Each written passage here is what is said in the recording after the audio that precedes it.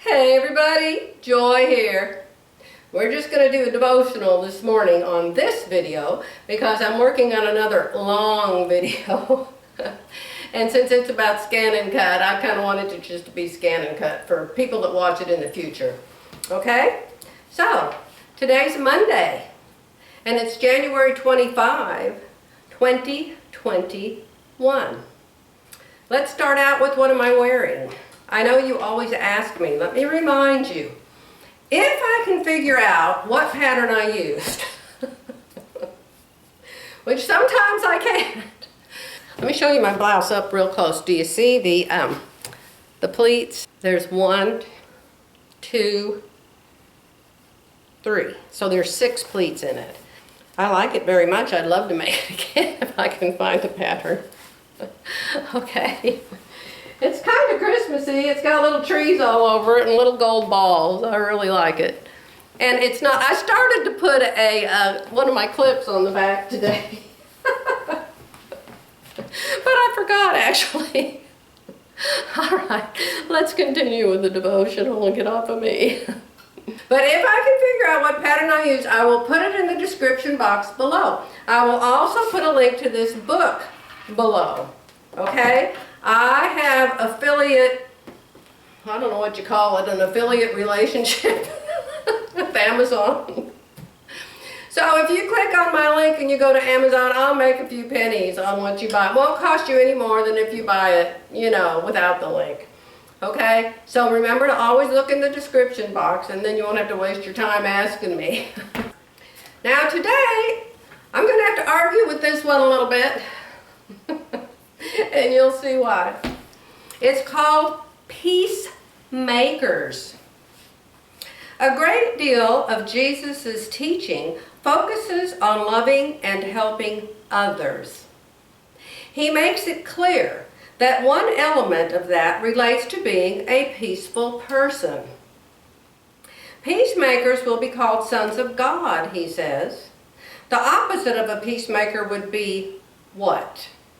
A troublemaker, someone who criticizes others, picks arguments, pits people against each other, and just generally keeps things stirred up and anything but peaceful. A peacemaker bridges over the differences that a troublemaker creates. A peacemaker shows love to others. Where do you fit in? Are you a peacemaker or a troublemaker? The scripture is Matthew 5:9. Blessed are the peacemakers, for they will be called children of God. Okay, I have been called just about every name in the book. Do you all know about that book? Several books about personality types. I talked about it years ago, and I bought one for my friends back then. Written by Florence Littauer, and then there's another guy, Gary somebody or other, that writes about personalities. Well, I did my personality test, and Jerry did his personality test, and everybody I knew back then did their personality test. There's, in this particular book by Florence Littauer, there are 4 personality types. Now, some of the books have way more personality types than that, but Florence Littauer's book has 4 personalities. I'll link it below if it's still available somewhere. It's an awesome book. Well, my personality came out to be half choleric and half melancholy. Cholerics are very bossy people. They're always put in charge of everything because they're very bossy and they like to be in control and they like to figure everything out, and they're usually good at management. They're also very bossy. The next personality I was melancholy. I was half choleric, half melancholy. Melancholies love music, and they're very organized, and they make lists a lot. They write everything down, and they make lists. So I was half one, half the other. Now Jerry, you can't even be Jerry. God made Jerry super special so he could be married to me. Jerry's half choleric, which is the bossy, very good at management, very good boss, very, very reliable, dependable, honest, all of those things. But the other half of Jerry is phlegmatic. Phlegmatic is known as lazy.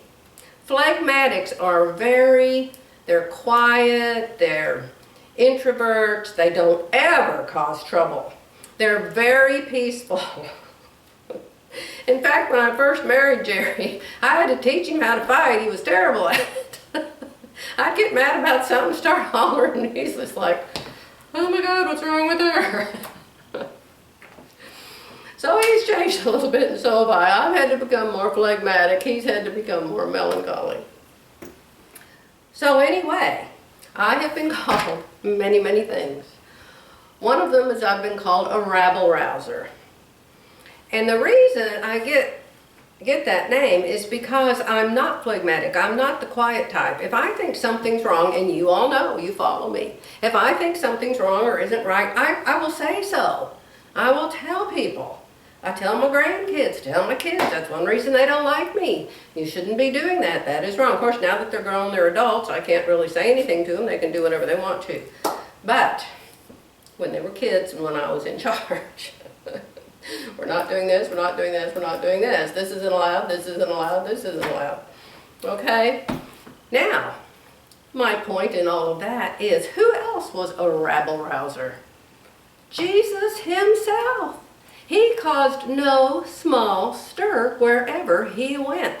And who were the people that got on his nerves the worst? It was the religious people. People who say, I'm not religious, I don't have a religion. Hey, I don't either. I'm not religious and I don't have a religion. Religion and a relationship with Jesus are two completely, totally different things. Okay? So, I won't go on and on and on, but that's today's devotional.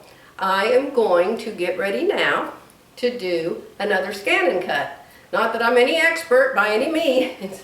And thank you, all of you who gave me some extra tips. I really appreciate it. So I'm going to start my 4th scan and cut. And I will record it. I think I actually know what I'm doing now, but time will tell. All right. I'll be back tomorrow for tomorrow's devotional.